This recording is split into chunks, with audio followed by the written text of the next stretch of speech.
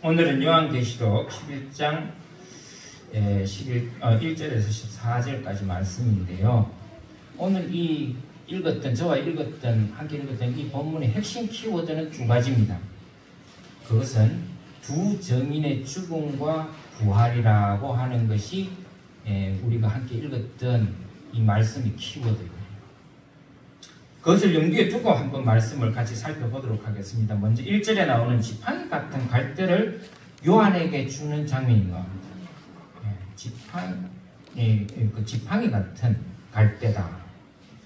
여기서 나오는 이 지팡이와 같은 갈대가 뭔가, 그럼 왜 주셨는가 하는 것인데요. 이 지팡이와 같은 갈대는 고대 이집트에서는 길이를 재는 자해 용도였어요.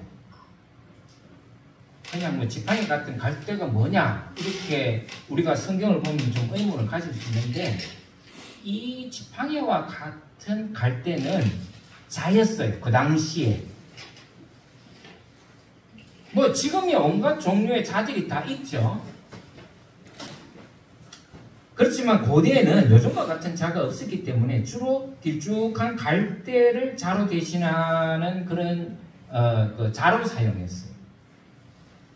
그리고 또 한 가지, 이 갈대를 자로만 사용한 게 아니라 구약에 보면 선지자들이 하나님의 말씀을 전할 때에 죄를 청량하고 심판하는 상징의 도구로서도 사용이 됐어요. 그러니까 이제 감이 좀 오시죠? 왜 하나님께서 요한에게 이 지팡이와 같은 갈대를 주셨는가? 그 이유를 이제 아시겠죠? 그리고 오늘 본문에 보면 더 정확하게 이제 우리가 알 수 있는데, 그 이유가 바로 성전과 제단과 그 안에서 경배하는 자들을 청량하라는 말씀만 봐도 지팡이 같은 갈대를 왜 주셨는지에 대한 이유와 목적을 조금 우리가 이해할 수 있어요. 뭔가를 청량하라고 주신 것인데, 보면 청량할 곳과 청량할 필요가 없는 것을 구분하라고 오늘 이 본문에 보면은 나와 있습니다. 그러면 첫째로 청량할 곳이 어디예요? 성전과 제단과 그 안에 경배하는 자들이 있는 곳이에요. 쉽게 말하면 성전 안에 거하는 사람들과 성전 밖에 있는 사람들의 경계를 청량해서 재라는 거예요. 무슨 뜻인지 이해가 되십니까? 근데 2절에 보면은 성전 밖마다는 청량하지 말라 그래요. 경계만 지어라는 거예요. 왜 그런가? 왜 성전 밖에는 청량할 필요 없다고 그냥 내버려 두는가? 버린 지역이에요. 버린 지역. 하나님이 계시는 이 성전 안에는 하나님의 택한 백성들이 있는 반면에 성전 바깥에는 하나님의 버려진 사람들이라는 뜻이에요. 그러니까 지팡이 같은 갈대, 다시 말해서 청량하는 자를 주신 것은 성전 안과 성전 바깥의 구분을 짓기 위해서, 좀 더 구체적으로 말하면은 구원받은 사람과 구원받지 못한 사람들을 구별하도록 이 갈대 자를 주셨다는 거예요. 여러분, 정말 가까우면요, 이 믿는 자와 믿지 않는 자의 경계가 확연하게 구분돼요. 확연하게. 그걸 암시하는 됩니다. 오늘도 그렇죠. 오늘도 목회자가 딱 바라봤을 때는 같이 교회를 다니는 것 같아요. 같이 신앙생활 하는 것 같아요. 근데 여러분, 경계가 분명합니다.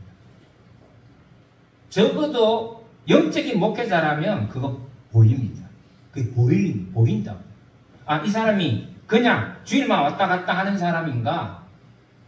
아니면 정말 하나님에 대한 확고한 믿음 가운데서 신앙생활 하는 사람인가 아닌가를 볼 수 있어요. 볼 수 있다. 요즘 보면 얼마나 많은 사람들이 교회 다닌다 그러고 신앙생활 한다 그러지만, 그러나 정말 하나님 앞에 바로 선 목회자라면 보면은 보여요. 그게. 또 요즘도 이렇게 보면은 딱 보이잖아요. 저 사람들이 저렇게 교회에서 하나님을 믿는다고 하는데 하는 짓을 보면 전혀 아니에요. 제가 그래서 늘 얘기하잖아요. 저 광화문을 보라고. 광화문에서 하나님의 이름을 걸고 그 모이는 사람들의 그 모습들을 보라고. 그 사람들이 하나님을 믿는다고 하지만 과연 믿는 자들인가요? 아니에요. 단호히 아니라고 말씀드릴 수 있어요. 다 자기 배를 위해서 하는 사람. 그거 보세요. 헌금을 그렇게 많이 걷어가지고 다 어떻게 씁니까? 하나님을 위해서 씁니까? 자기 배들을 위해서. 여러분들은 그냥 보시면 잘 모르겠지만 거기 강사들이요 그냥 나와서 그냥 막 외치고 그러는 줄 아세요? 수백만 원씩 한 번 나와서 할 때마다 그 강사료로 수백만 원 그 이상도 줘요. 그러니까 나와서 저 짓을 하는 거예요. 돈 한 번 안 줘봤어요. 그 누가 나와 그거 하는가? 그 모이는 사람한테도 돈 다 준다 그러잖아요. 이게 미친 짓이잖아요. 예? 거기 오는 사람들한테 데리고 오면 5만 원씩 준다고. 이게 무슨 짓이냐고. 여러분 그걸 분별할 수 있는 영을 가져요. 악과 선을 똑같이 하나님의 이름으로 모이지만 여러분 그거 다릅니다. 그런 게 구별이 돼요. 이제는 할수록 그래요. 근데 여러분 보세요. 정말 믿는 자와 믿지 않는 자의 경계가 확실하게 구별되기도 하지만 근데 더 섬뜩한 것은 성전 밖 마당은 청량하지 말라는 거예요. 여러분 이게 뭘 의미하는지 아세요? 성전 바깥은 믿지 않는 사람이 영역이라고 그랬죠. 근데 여러분 우리가 이해해야 될 것은 성전 바깥에 있는 사람은 전혀 믿지 않는 사람, 하나님을 모르는 사람이 아니에요. 여기서는. 다 하나님의 나름대로 하나님을 알고 있는 사람들이에요. 전혀 모르는 사람이 아니에요. 구분돼요. 정말 믿는 사람과 형식적으로 믿는 사람이 구분되는데 그 형식적으로 믿는 사람은 성전 바깥에 있는 사람들인데 그 사람들에게는 더 이상 청량하지 말라는 거예요. 왜냐? 버려진 거예요. 버려진 거예요. 여러분 우리 신앙생활을 하면서 경각심을 가져야 됩니다. 내가 선 자리가 버려진 구역에 있는 사람인지 하나님의 성전 안에 있는 사람인지 늘 돌아봐야 돼요. 자기 자신을 돌아봐야 돼요. 구원이 없습니다. 하나님의 구원들 바깥에 있는 사람에게는 구원이 없어요. 이게 얼마나 심각한 문제입니까? 생각해보세요. 우리가 실컷 교회 다녔는데 내가 구원받지 못한 자로 남았다면 그것만큼 억울한 일이 어디 있어요? 차라리 안 믿고 그냥 내 마음대로 사는 게 더 좋았지. 근데 보세요. 이 구원 없는 자들이 거룩한 성, 구별된 하나님의 성전을 마구지 밟고 있더라고요. 얼마 동안? 여기 보면 42달 동안 짓밟을 것이다. 여러분, 교회를 망치는 사람은요, 외부 사람이 아니에요. 아시겠습니까? 교회 안에 있는 사람이 교회를 망치는 거예요. 여기 우리가 심각성을 알아야 돼요. 오늘 우리 한국 교회를 망치는 사람이 주범들이 누구예요? 교회 안에 있는 사람들이에요. 즉 가짜 선지자들이란 말이에요. 여러분 오늘 이 시대에 정말 교회를 잘 나가야 돼요. 이 심각한 문제거든요. 왜냐하면 내 영혼의 구원의 관계가 있는 문제이기 때문에 그래요. 근데 이 구별된 하나님의 성전을 짓밟는 사람들이 있는데 42달, 여러분 42달의 기간이 횟수로 따지면 얼마 되는지 아세요? 3년 반이에요. 대략 3년 반이에요. 예를 들어서 한 달을 30일을 잡고 1260일, 이걸 360을 나누면은 한 3년 5개월 정도네. 그러니까 한 3년 반이 되는 거죠. 뭡니까? 3년 반 동안 하나님의 거룩한 성전을 마구 짓밟고 훼손한다는 거예요. 그런데 그때 하나님께서는 두 증인에게 권세를 주어서 예언하게 하세요. 여러분, 항상 우리가 이런 종말의 때가 있고 위기에 있을 때 하나님은 그냥 버려두시지 않아요. 항상 하나님의 종들을 보내서 예언하게 하십니다. 구약 성경 한번 보세요. 이스라엘의 역사 가운데서도 이스라엘이 위기 때마다 하나님은 누구를 보내주셨는지 아십니까? 예언자들을 보내주셨어요. 선지자들을 보내주셨어요. 사사기 한번 보세요. 여러분, 성경 사사기를 보면요, 이스라엘이 망나니처럼 하나님 앞에 굴어. 그래서 하나님께서 심판을 하겠다고 말씀하시고 바로 심판하지 않았어요. 항상 선지자들을 보냈어요.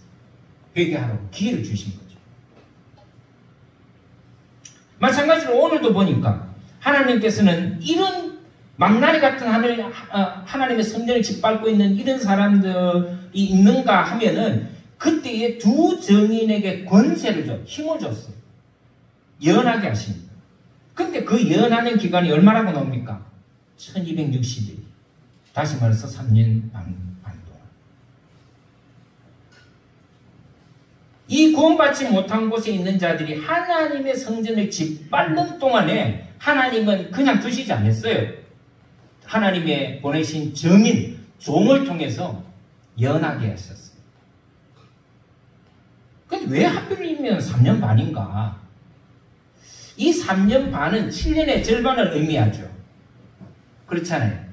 7년의 절반. 그래서 여기서 7년 대환란설이 나와요. 그 환란 중에 절반을 예고하신 곳이다. 그렇게 해석하는 사람도 있어요. 제가 얘기했지만 이 수는 항상 상징적이라고 그랬죠. 계시록에서는. 상징성이 많은 곳이에요. 7년은 뭐예요? 늘 하나님께서 7년마다 안식년을 주셨죠. 그리고 6년 동안은 어떻습니까? 열심히 일하고 제7년에는 안식하라. 그리고 그 7년을 곱한 수가 뭡니까? 49년이죠. 그 49년이 지나는 50년 되는 무슨 해입니까? 희년의 해죠. 이게 다 상징성이 있는 겁니다. 우리에게 이런 고난이 있어도 언젠가는 하나님께서 우리에게 어떻게? 구원의 날, 평화의 날, 안식의 날이 반드시 있다는 것을 의미하고 있는 겁니다. 그런데 이 예언을 하라고 했는데 이 예언이 어떤 예언이냐? 좋은 예언이 아니라 무섭고 슬픈 예언이에요. 어두운 예언이에요. 뭘 보고 알 수 있는가? 여러분, 이 두 증인이 입은 옷을 보면 알 수 있어요. 오늘 보면은 저희가 입은 옷을 어떤 옷을 입었다 그랬어요? 3절에 하나님이 보내신 두 증인이 무슨 옷을 입었다 그러고 나옵니까? 굵은 베옷이죠. 여러분, 베옷은 언제 주로 입었습니까? 우리나라 사람들은 장례식 때 입었죠.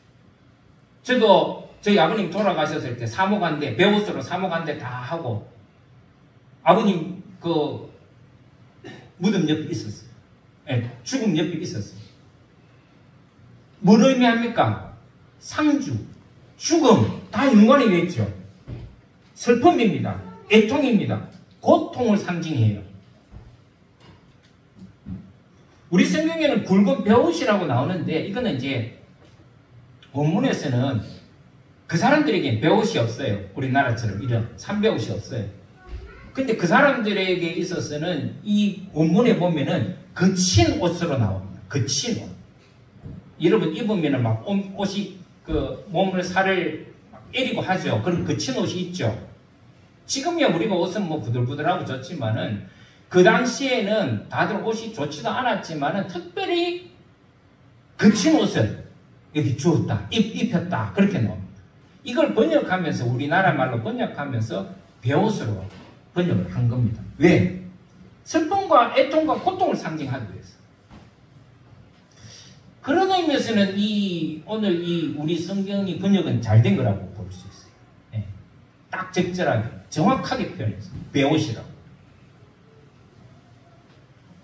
그래서 구약 성경에 보면 이 베옷이 번역이 되어서 주로 많이 나오는데 이럴 때 어떤 때 힘드냐 하면은 이스라엘 백성이나 선지자들이 죽음에 대한 슬픔과 애통할 때, 또 죄를 회개할 때 이 굵은 베옷을 입었어요.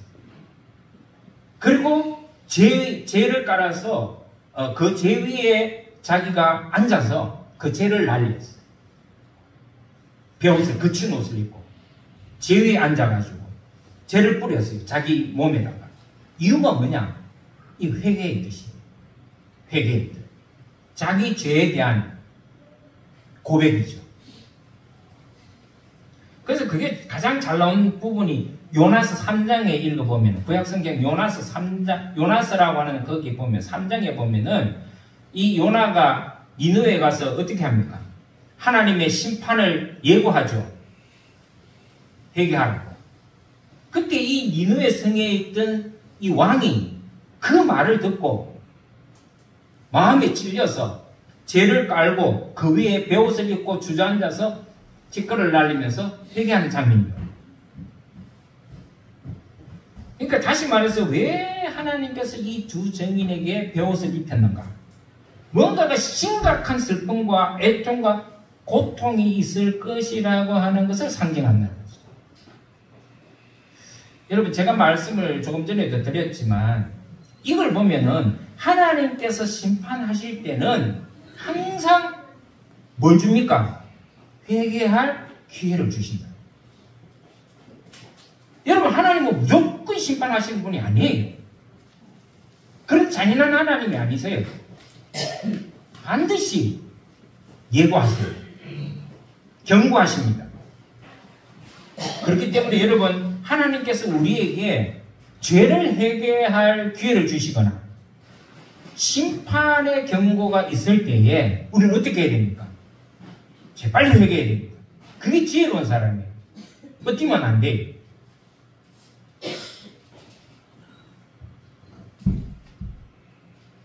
그리고 4절을 보세요. 4절에 보니까 갑자기 두 감람나무와 두 촛대가 나오죠. 이 두 감람나무와 두 촛대는 또 다른 두 정인에 대한 상징이 있어요. 같은 의미로 보시면 됩니다. 보시면 이 땅의 주 앞에라는 말씀이 나오죠. 이 땅의 주인이 누구세요? 하나님이십니다. 이 하나님 앞에 감람나무와 두 촛대, 다시 말해서 두 정인을 상징하는데 왜 하필이면 그러면 두 감람나무고 촛대로 비교해서 나왔을까? 이것도 다 이유가 있어요. 그러니까 여러분들이 이 요한계시록을 읽을 때는 항상 상징성을 잘 이해해야 돼요. 자, 여러분, 이스라엘에게 있어서 이 감람나무는 그 감람류 열매가 있어요. 감람나무에서 나오는 열매. 그 열매로 기름을 짜요. 감람류라고 하는 기름을 짭니다. 우리는 뼈에서 기름 짜죠. 네, 중동이나 유대인들은 이 감람나무에서 열리는 열매로 기름을 내요. 아주 고급 기름입니다. 그런데 이 감람류는 어떤 데 쓰이느냐 하면은 왕이나 제사장이나 혹은 선지자나 주님께서 택한 종에게 이 기름을 머리 위에 얹어요. 끼 얹어요. 뭘 의미합니까? 하나님께서 택한 사람이라는 거죠. 하나님께서 택한 사람. 하나님께서 기름 부은 종, 택한 자라는 의미가 있어요. 그러니까 이 두 정인은 누구를 의미합니까? 하나님의 택한 종이다라는 것을 확인시켜주는 장면. 여러분, 이 두 정인은 사이비가 아니에요. 가짜가 아니에요. 그러니까 여러분들도 하나님의 종을 바라볼 때 뭘 봐야 되는지 아세요? 그 머리에 하나님의 기름 부음이 있는지 없는지를 봐야 돼요. 사실 그게 쉽지는 않죠. 여러분들이 구분하는. 그래서 여러분들이 지혜가 있어야 돼요. 말세 되면은 가장 필요한 게 뭐냐면 이 지혜예요. 옳고 그름, 하나님의 정의와 불의가 뭔지, 선악이 뭔지를 구별할 수 있는 지혜가 필요해요. 그러니까 여러분 기도할 때 여러분 자신에게 지혜를 달라고 기도 많이 해요. 특히 오늘날 같이 이 혼탁한 시대에는 이 혼탁한 시대를 살아가려고 하면은 뭐가 옳은지 그른지, 뭐가 하나님의 뜻인지 아닌지, 누가 하나님의 종인지 아닌지를 구분할 줄 아는 지혜를 달라고 반드시 여러분 기도하셔야 돼요. 안 그러면 아무 데나 가서 머리 뒤밀고 막 안수기도 받고, 이 심각한 문제예요. 그래서 오늘 특별히 이 두 감람나무를 비유한 것은 이 종은 내가 기름 부어서 내보낸 종이다, 너희들에게 보낸 종이다라고 하는 것을 암시하는 거예요. 그러면 두 촛대는 뭘 의미하는가? 두 촛대는 진리와 생명입니다. 진리와 생명을 의미해요. 여러분 촛대는 불을 밝히는 데 사용하는 거잖아요. 도구잖아요. 어둠을 밝히는 용도의 상징성이 있어요. 그러니까 이 두 정의는 하나님의 빛을 전하는, 복음의 빛을 전하는 그런 진리와 생명의 사명을 가진 종이다라고 하는 것을 여러분들이 오늘 이 말씀을 통해서 이해할 줄 알아요. 그래서 5절에 보면은 이 두 정인을 하나님께서 인쳐서 보낸 이 두 정인을 해하고자 하는 자들에게는 하나님께서 저희 입에서 불이 나서 그 원수를 소멸하게 만든다. 그래서 누구든지 그 두 정인, 다시 말해서 하나님께서 기름 부은 종을 해코지하면 반드시 죽임을 당할 것이다. 그렇게 경고가 여기 담겨져 있는 거예요. 그래서 여러분, 하나님의 종을 비판할 때는 좀 조심할 필요가 있어요. 네, 조심할 필요가 있어요. 여러분, 다윗이 참 실수가 많은 사람이었거든요. 다윗이. 그렇잖아요. 다윗이 실수한 것 중에서, 많은 실수한 것 중에서 가장 치명적인 게 하나 있어요. 그게 뭔지 아세요? 자기에게 충성하는 자기의 부와 우리아의 아내를 취한 거예요. 그것도 그냥 취한 게 아니에요. 우리아를 전쟁터 그 깊숙한 곳에 내보내서 야비하게 너희들은 빠져. 우리가 혼자서 싸우다가 죽게 내버려둬. 그래서 여러분 그걸 보면은 참 다윗과 같이 이렇게 비열한 짓을 한 사람이 사실은 드물어요. 근데 여러분 어떻습니까? 그런 험이 있고 험결이 있는 이 다윗을 하나님이 얼마나 사랑했는지 몰라요. 물론 죄값을 받게 했습니다. 나중에는 여러분 우리가 하나님 앞에 죄를 범하면 하나님께서 용서해 주셔요. 근데 기억할 게 있어요. 용서는 해 주시지만 없었던 걸로는 안 해 주셔요. 반드시 죄가 있으면 그 죄 대가는 받게 하셔요. 그리고 용서해 주세요. 이게 하나님의 공의예요. 다윗이 그 엄청난 반윤리적인 행위를 했어요. 그때 하나님께서 그 아들 압살롬에게 피신하는, 쫓겨가는 그런 수치도 당해요. 어려움을 많이 겪어요. 어쨌든 그런데 이 다윗을 하나님께서 얼마나 사랑하고 아꼈는지 몰라요. 왠지 아세요? 사무엘상 24장 6절에 그 근거가 나오는데, 그 사무엘상 24장 6절에 보면은 다윗이 이렇게 고백해요. 다윗이 자기 장인인 사울왕에게 막 피해 다녀요. 죽이려고 하는 그 사울왕을 피해 다니다가 어느 동굴에서 사울왕이 낮잠을 자고 있었어요. 근데 그 안에 누가 있었냐면 다윗과 그 부하들이 있었어요. 절호의 기회죠, 죽일 수 있는. 근데 다윗이 그 죽일 수 있는 그 기회에 죽이지 않습니다. 심지어는 다윗을 따르는 부하들이 그렇게 얘기해요. 당신에게 손에 피를 묻히지 마세요. 우리가 대신 죽이겠습니다. 그렇게 얘기해요. 그럼 얼마나 좋아요. 자기 손에 피도 안 묻히고. 근데 다윗은 그걸 거절합니다. 절대로 손대지 마요. 그리고 사울 왕의 옷자락을 살짝 빼고 다시 도망갑니다. 왠지 아세요? 다윗이 이렇게 고백해요.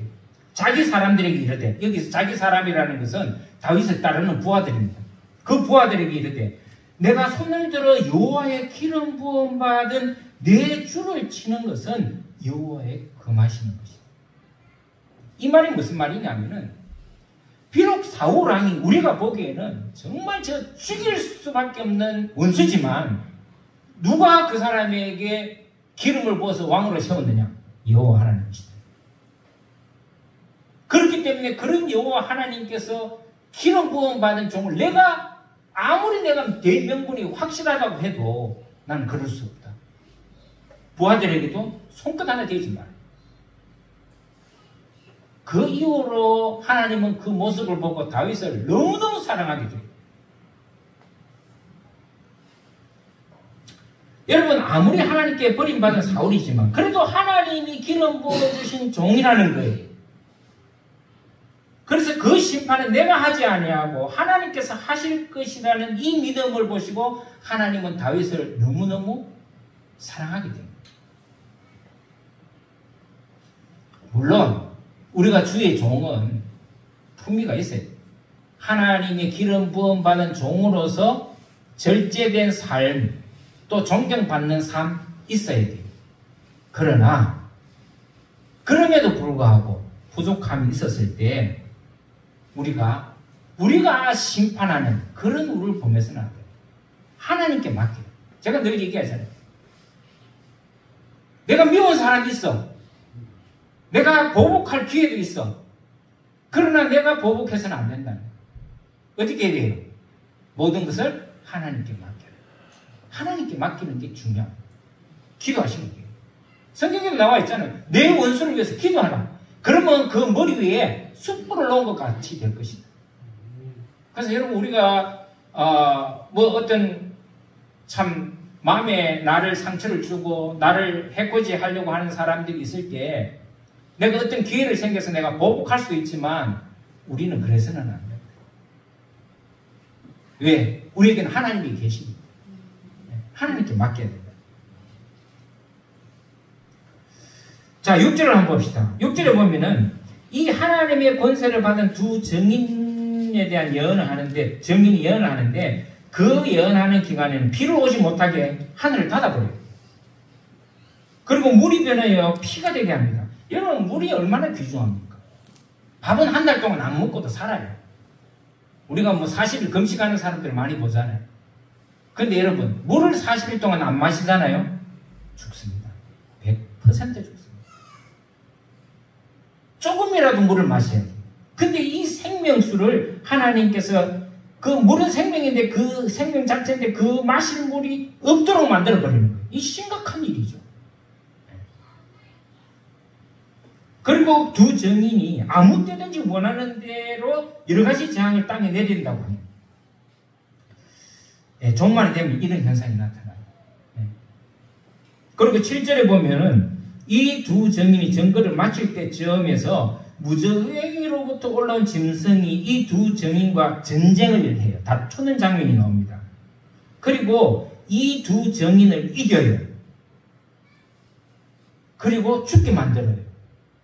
여러분, 이 말을 잘 한번 보세요.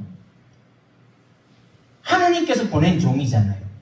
기름 부어 보낸 종이에요. 선택해서 보낸 종인데 저요. 질 수도 있어요. 우리가 사탄 마귀에게 질 수 있어요. 어쩔 수 없어요. 왜냐? 그들에게도 힘이 있기 때문에. 근데 여러분 보세요. 이 올라온 무적행위로부터 올라온 짐승이 두 증인을 죽이게 만드는데, 여기서 무적행위에서 나오는, 지난번에 우리가 봤잖아요? 9장 2절에 무적행위에서 올라오는 그게 뭐예요? 사탄마귀라 그랬죠. 이 사탄마귀가 하나님이 보낸 두 증인을 죽여버려요. 여러분, 종말이 가까우면 이 정의와 불의가 격렬하게 싸웁니다. 여러분, 요즘 한번 시대를 가만히 보세요. 요즘요, 정의와 불의에 대한 개념이 자꾸 모호해져요. 그리고 정의와 불의가 계속 대적해요. 싸움이 일어나요. 근데 여러분 누가 이기는지 아세요? 불의가 이겨요. 때로는 불의가 이기는 경우가 많아요. 여러분 종말이 가까울수록 불의가 훨씬 더 강력하게 나타날 때가 있어요. 많아요. 하나님의 의로움에 대한 대적들이 불같이 일어납니다. 복음에 대항하는 사탄 마귀 권세가 득세합니다. 심지어는 그 불의가 정의를 이기고 복음을 이기기도 한다는 거예요. 그래서 가끔 그러죠. 사람들이 아니 하나님이 계시면 어떻게 이런 어이없는 일이 일어날 수 있느냐. 원망하고 불평하는 일들이 우리 삶 속에서 일어나게 됐어요. 여러분들은 그런 소리 주변에서 많이 안 들어봤습니까? 저는 목사니까 많이 들어봤어요. 화풀이 할 때는 하나님은 없고 목사는 눈에 보이니까 목사한테 와가지고 목사님 하나님이 살아계시면 도대체 이런 일이 왜 나한테 일어납니까? 나보고 따지고 항의하고 막 그래요. 하나님한테는 못하고. 근데 여러분 그런 일들이 말세가 되면은 더 많이 일어난다는 거예요. 근데 그걸 여러분 이상하게 생각하면 안 돼요. 당연한 거예요. 왜? 말세 때는 우는 사자와 같이 덤비기 때문에 이 사탄 마귀들이. 그래서 보면은 야 정말 하나님이 살아계시냐? 하나님이 살아계시면 어떻게 저런 일이 일어날 수 있느냐? 일어날 수 있다라고 여러분 알고 계셔야 돼요. 마귀들이 이기는, 사탄이 이기는 거예요. 그래서 하나님의 복음을 위해서 사는 사람들은 순교까지 당하는 일도 종말에는 많이 일어날 것이다. 하나님의 복음을 증거하면 학대당하고 막 사람들에게 핍박당하고 환난당하는 일들이 일어날 것이다. 자, 근데 보세요. 이것을 보고 기뻐하는 자들이 있어요. 하나님께서 보낸 증인들이 죽었어요? 3일 동안 사람들이 거들떠보지도 않아요. 길거리에 이렇게 죽은 시체가 있는데. 여러분 보통 죽으면은 누가 죽으면 장사를 지내잖아요. 장례하잖아요. 근데 그냥 길거리에 방치하고 있다. 얼마나 종말의 시대 때 사람들이 악한가를 알 수 있어요.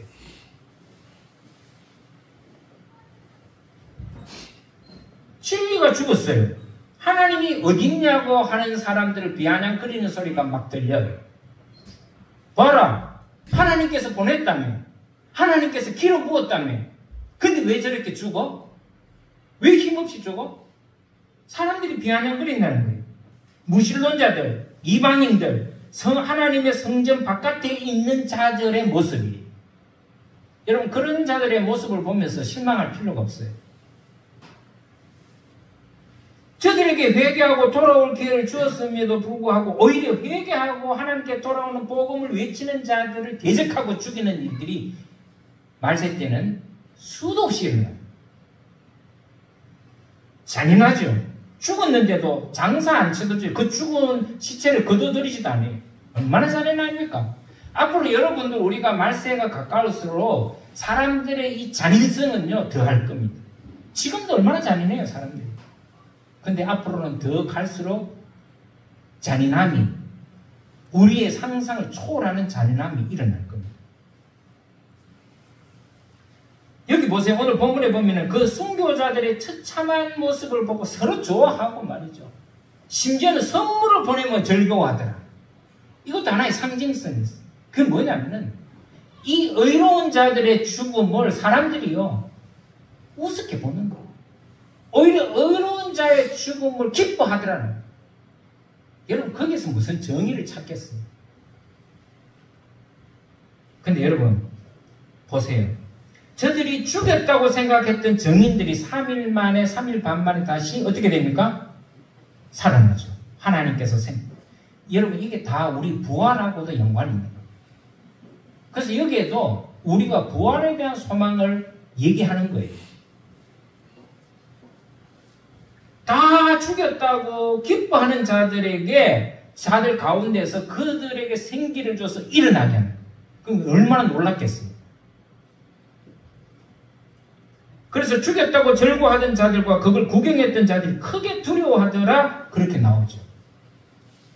세상의 정의는 하나님께서 세우셨기 때문에 결국 악에게 승리할 수밖에 없어요. 그냥 하나님의 정의는 항상 옳은 거예요. 하나님의 정의는 항상 살아있어요. 그래서 우리가 하나님의 정의를 기대하면서 살아요. 세상이 왜 이 모양 이 꼴이냐? 아니에요. 그래도 하나님의 정의의 시간은 흘러가고 있는 거예요. 신앙적으로 볼 때 처음에는 사탄과 마귀가 우리를 이기는 것 같지만 그렇지 않아요. 반드시 하나님께서 우리를 이기게 해주신다고 하는 믿음을 잃어버리면 안 돼요. 그러니까 여러분, 우리가 살아갈 때에 때로는 절망적인 상태, 희망을 잃어버릴 때가 있잖아요. 누구에게도 말 못할 고난과 환난과 어려운 시기가 있을 수 있어요. 근데 여러분, 우리가 믿음을 가진 자라면 절망할 필요 없어요. 견디면 이기게 되어 있어요. 언젠가는 하나님의 사람을 하나님께서 세워주신다는 믿음을 우리는 버리면 안 돼요. 여러분, 기독교는 부활의 종교예요. 죽었으나 다시 사는 종교예요. 우리 인생이 죽고 끝나는 인생이 아니다라고 하는 것을 명심하세요. 그래서 우리 기독교인들은 사람이 죽었을 때 어떻게 합니까? 너무 슬퍼하지 않죠. 왜? 부활이 있잖아요. 다시 삶이 있잖아요. 영생이 있잖아요. 하나님 나라가 있잖아요. 그렇기 때문에 여러분, 우리가 죽음 앞에서 우리가 영원히 슬퍼하지 못해요. 할 수가 없어요. 할 필요도 없어요. 하나님이 보내신 예수를 믿는 자는 구원을 얻겠고 믿지 않는 자들에게는 영원한 형벌이 있을 것이라는 거예요. 여러분 12절 한번 보세요. 예수님께서 부활하셔서 하늘로 올라가는 모습 그대로 지금 재현하고 있잖아요. 예수님만 부활해서 올라가는 게 아니에요. 하나님의 택한 백성들은 모두가 우리는 부활의 모습으로 하나님 나라로 갈 것이라고 하는 거예요. 하나님 품으로 돌아갈 것이라고 하는 거예요. 여러분 잊으시면 안 돼요.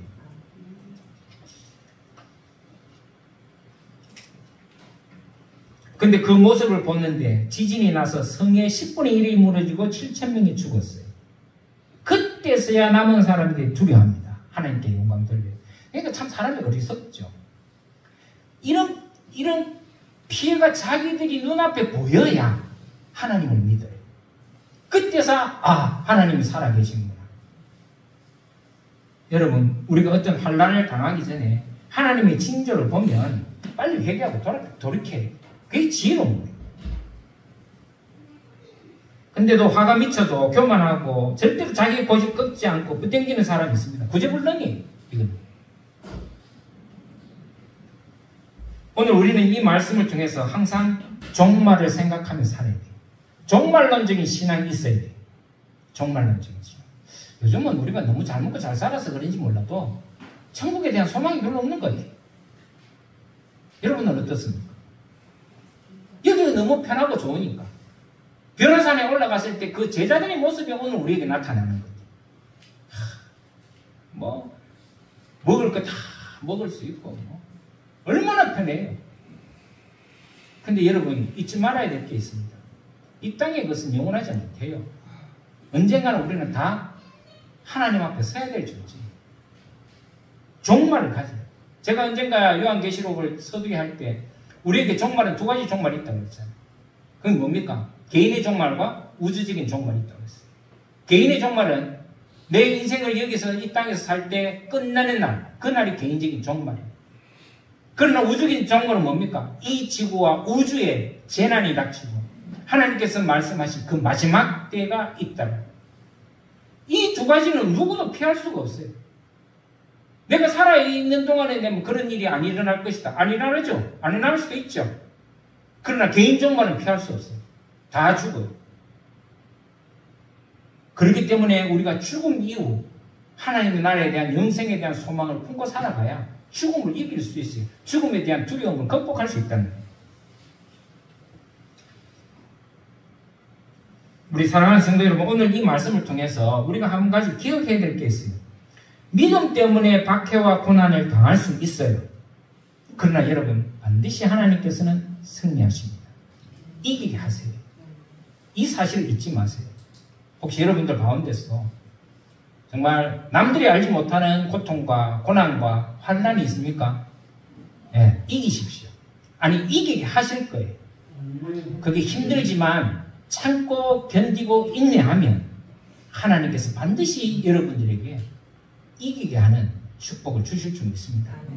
예, 이번 종말이 오거나 어떤 일이 있을지라도 저와 여러분들은 하나님이 이기게 하시는 그 믿음을 가지고 늘 승리하는 저와 여러분들 되시길 주 이름으로 축원합니다. 기도하시겠습니다. 자비로우신 주님, 오늘 주신 말씀을 통해서 우리가 주님의 말씀을 기억합니다.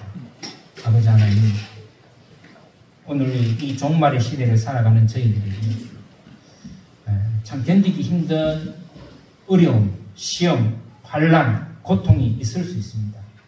그러나 우리가 그러한 고통과 환난 속에서도 우리의 믿음이 항상 하나님께를 향하게 하시고 이기게 하는 하나님의 그 축복을 기억하면서 싸워 승리하는 저희들 되게 하여 주옵소서. 예수님의 이름으로 간절히 기도드리옵나이다. 아멘.